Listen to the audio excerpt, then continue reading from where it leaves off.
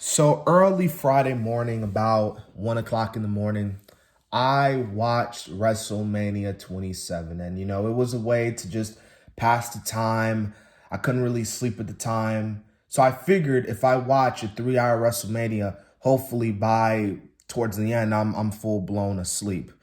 Well, I wasn't. So, which meant that I ended up watching the entire WrestleMania 27 from start to finish.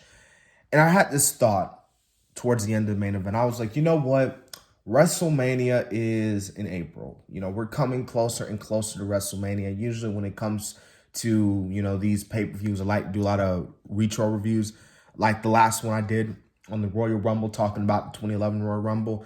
So let's talk about WrestleMania 27 and why WrestleMania 27 specifically. Why not other WrestleManias? Maybe WrestleMania 17, WrestleMania 22, which is my favorite WrestleMania, by the way. WrestleMania 21, WrestleManias that are actually good. Well, this WrestleMania 27, which, let me look back at the date here. It took place on April 3rd, 2011, Atlanta, Georgia, at the Georgia Dome with 71,617 buy rate of 1 million. And the tagline of this was the biggest WrestleMania ever. Obviously, the host of this show, Mr. Rocky himself, The Rock. That's right, The Rock was hosting this show. Now, I want to talk about WrestleMania 27 because a lot of people, even looking back at the show nearly 10, 11 years later, consider this to actually be one of the worst WrestleMania of all time. Like, you talk about it when you rank WrestleMania 27, it's really, really ranked low. And I said, you know what?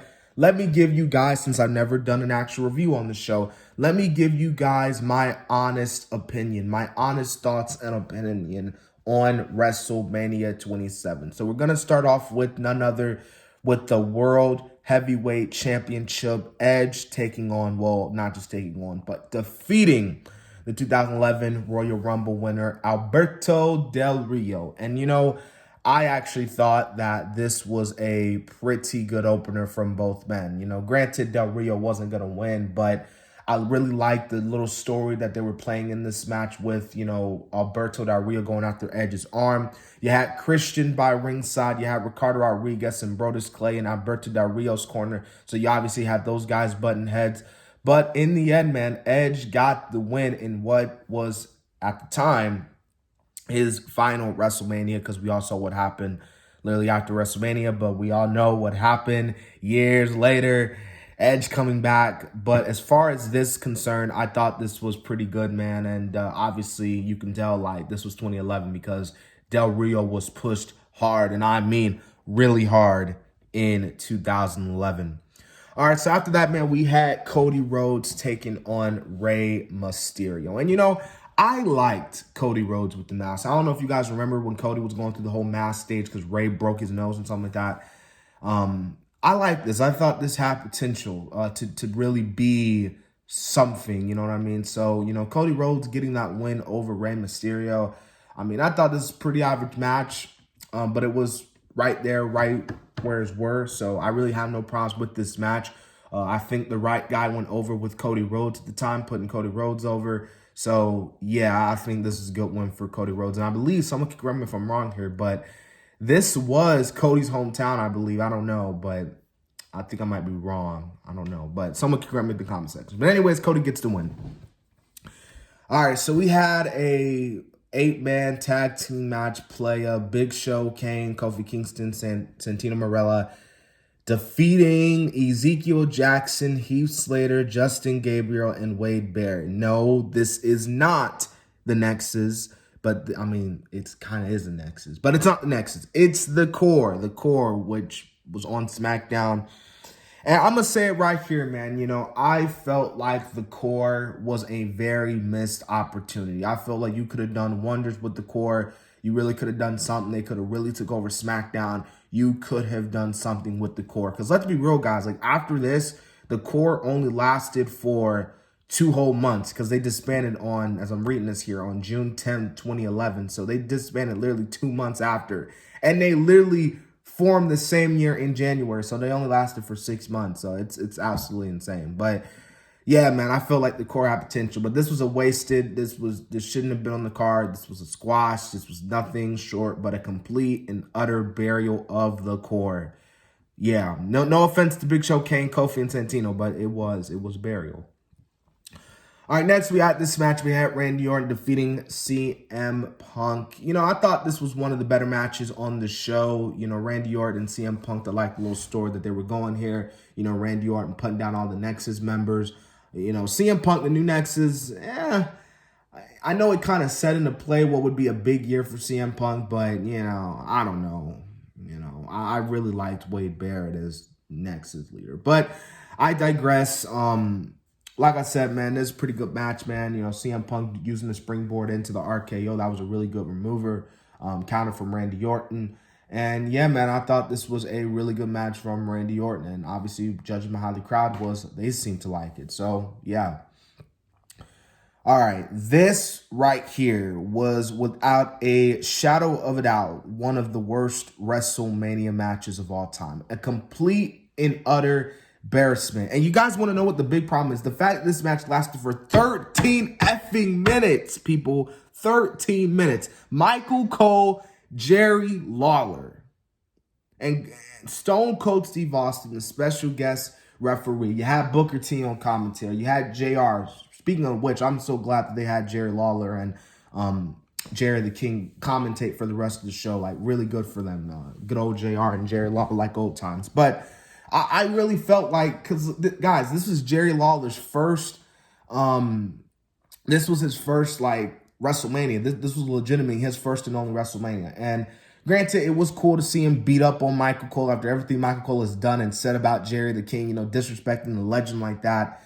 But the problem with this match went far too long. And, even with the inclusion of the greatness that is Stone Cold Steve Austin, JR on commentary, it still just could not save this. Nothing could save this. And then the bull crap that was the finish, with the, oh my God, with the Raw GM. It's, Michael Cole won by DQ because Stone Cold got involved. Just ridiculous. Like, not only do you have this bullcrap of a match for Jerry King's first Mania match, but you also have him lose. I mean, thank God he went over the next pay-per-view, Over the Limit. Him and Michael Cole fought Over the Limit. But this is the biggest show of the year. Come on, WWE, you can't do that, man. Like, this match should have never took place.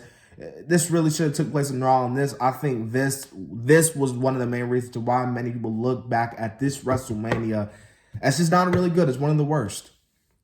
Undertaker versus Triple H, no holds barred. I really like the story playing into this match. This was easily the best match of the night. These two men went absolutely at it. I mean, the freaking chair shot, which they got fined for because you can't do chair shots to the head anymore.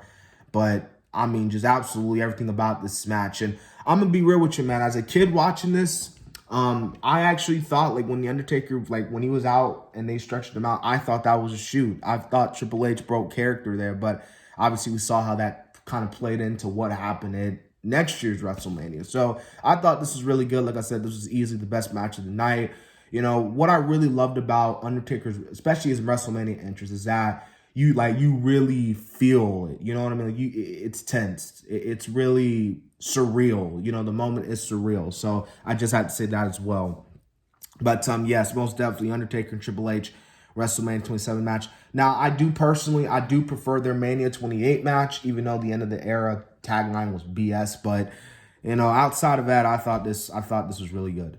Okay, so next we had a 6-person mixed tag team match player. We had John Morrison, Nicole, Snooki, Polizzi. Again, you can tell this is 2011 because I promise you Snooki is not that popular anymore. I don't believe she is, but she clearly was popular during this time. Trish Stratus, who I was kind of shocked, like, when she made her entrance, Trish Stratus, I'm surprised she didn't get that big of a pop. It's freaking Trish Stratus, but, new era, I guess. Then you have Dolph Ziggler and Lay Cool. Yeah, this was your average cool down period, after the amazing match between Undertaker and Triple H. This is where you go to the bathroom, you get your popcorn, you get your beer, you get your soda, you get what you need to get. to get ready for the main event. So Snooki actually did a little flip there, which got the people like cheers, because originally when she came in, no one was giving two craps about her. But yeah, this is your typical people getting the win. The baby faces, and like I said, going back to Trish Stratus, I feel like even not just her, but even Morrison and Ziggler, I felt like they deserved more. Like Trish, I felt like deserved more, because this is her first WrestleMania match in years. You know what I mean? And this is how she gets. I don't know. Anyways, all right, we got the main event: The Miz, John Cena, WWE Championship. I mean, this main event was solid. I know a lot of people didn't like The Miz main eventing. And I know a lot of people were pissed that The Miz was main eventing. But hey, for what it was worth, I will admit, it was a solid match. We saw John literally freaking tackle The Miz on the outside of the turnbuckle.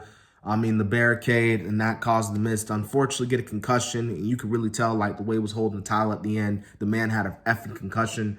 But, yeah, it ends with a draw. The Rock comes out. He's like, that's not how we're going to end WrestleMania here, Georgia. So here's what we're going to do. F whatever that Raw GM, that little stupid computer. We are going to have ourselves no DQ match. No time limit. No count outs. No DQ, so basically. So this leads to, well, the Rock botting John Cena. Miz gets the win, and then Rock stands tall because he gives the people's elbow to the Miz at the end. So yeah, the Rock stood tall, and we all know what this was setting up. Rock and Cena for Mania 28, which we saw the next night. So yeah, but let's go back. Was this the worst WrestleMania of all time? Because again, people looking back at this show say this was easily one of the worst WrestleManias of all time. I wouldn't go and say it was one of the... Okay. It wasn't the worst WrestleMania of all time. Maybe of this decade, the 2010s, but I wouldn't go and say it was the worst WrestleMania of all time. If I'm being honest with you, this was an average WrestleMania, a meh WrestleMania. This mostly felt like a big house show event, or better yet, like a special episode of Monday Night Raw, more than an actual Wrestle freaking Mania. So no, I do not think that this was the worst WrestleMania, but I can see why people stated that this was one of the worst WrestleMania, because outside, again, Undertaker and Triple H, there were, and maybe Randy and Punk, there wasn't really anything special about this show whatsoever. But anyways, guys, I hope you guys enjoyed my WrestleMania 27 retro review. If you guys want more that I do more of WrestleMania, retro reviews, because again, we're getting closer and closer to WrestleMania, put them in the comment section below. I got the Peacock app, so I can easily go back and watch them. But also, if you haven't seen my Elimination Chamber predictions, go check that out as well. This has been the Kid DC Wrestling. Until yeah.